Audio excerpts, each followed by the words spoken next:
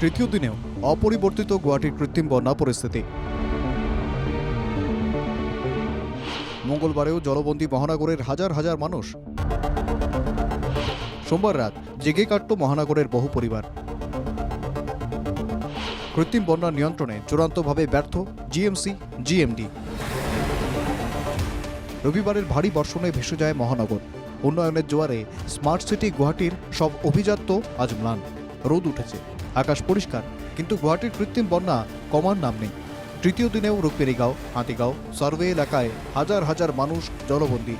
অনিলনগর ও নবীননগরের কথা বলে তো লাভই নেই। এই দৃশ্য দেখুন। কৃত্রিম বন্যার জন্য বন্ধ একটি বিদ্যালয়। বর্ষায় অধিকাংশ সময় বন্ধ থাকে সুজুবাড়ি প্রাথমিক বিদ্যালয়। এই যিখন বিদ্যালয়খন বাৰিষা অধিকাংশ সময় বন্ধ ৰাখিবলগীয়া হয়, কিয়নো এই যি কৃত্ৰিম বান সমস্যা, সেই কৃত্ৰিম বান সমস্যাৰ বাবে। আৰু আজিৰ দিনটোতো দেখা গৈছে যে আন বিদ্যালয়সমূহ আজিৰ দিনটোত খুলিছে, কিয়নো আজি বতৰ ভাল, ৰ'দ দিছে। তাৰ পিছতো কিন্তু এই বিদ্যালয়খন বন্ধ ৰাখিবলগীয়া হৈছে। একমাত্ৰ কাৰণ হৈছে কৃত্ৰিম বান। রাজ্যের হৃৎপিণ্ড দিশপুরের পাশে থাকা বিদ্যালয়ের এই দুরবস্থা, এই লজ্জা কার? 1946 সালে স্থাপিত হয়েছিল বিদ্যালয়টি। ভাবুন, ওই স্কুলের শিক্ষার্থীদের ভবিষ্যৎ কোন পথে? এবার এই দৃশ্যগুলি ভালো করে দেখুন। মঙ্গলবারেও রুকমিণীগাঁওয়ে নৌকা নিয়ে চলাচলের মতো পরিবেশ। জলের মধ্যেই ভাসছে বহু লোকের স্বপ্নের গাড়ি। আবার কেউ কেউ বাধ্য হয়ে এক হাঁটু জল ভেঙে ঘর থেকে বের হচ্ছেন, কারণ মঙ্গলবারেও রুকমিণীগাঁওয়ের প্রধান রাস্তা জলের তলায়। রুকমিণীগাঁৱৰ ভিতৰত আছোঁ। আপুনি চাগে পিছৰ দৃশ্যাংশ দেখি ভাবিছে এয়া রুকমিণীগাঁও নহয়, এয়া আমি ব্ৰহ্মপুত্ৰৰ মাজত আছোঁ। কিন্তু এয়া আচলতে সত্য।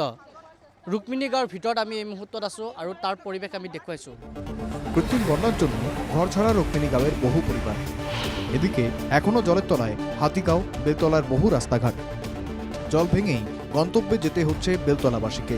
হাতিগাঁও এলাকায় বহু দোকানপাট খোলা হলেও ব্যবসায়ীরা ব্যস্ত সাফ সাফাইয়ে। জিএমসি ও জিএমডির কাজকর্ম নিয়ে ক্ষোভ প্রকাশ একাংশের। পৰিস্থিতি বহুত বেয়া আছে। নিজে ভাবি যোনে ইয়াতে আছে এইবিলাকে গম পাব কেনেকুৱা পৰিস্থিতি আছে। ৰাতি বহুত মানুহে শুব পৰা নাই, চবৰ ৰুমে ৰুমে পানী সোমাই গৈছে। হোটেলত থকাৰ কাৰণে জাগা নাই, এনেকুৱা পৰিস্থিতি হৈ গৈছে। পৰিস্থিতি বহুত ভয়াৱহ আছে। নালা চালাই ইমান দেৰিকৈ চাফা হৈছে, চবে জানে যে এইটো টাইমত পানী হ'ব। এতিয়া 10-5 দিন আগত নালা আৰম্ভ হৈছে চাফা কৰা। এতিয়া চাফা কৰি কিবা লাভ হ'ব নেকি? আগতে আৰম্ভ কৰিব লাগিছিলে।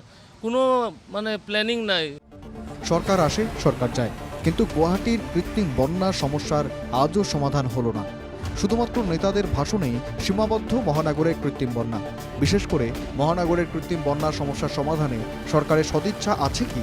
আজ এই প্রশ্নই উকি মারছে মানুষের মনে মনে। প্রাঞ্জল বড়ুয়া ও কঙ্কন ডেকার রিপোর্ট, NK TV বাংলা।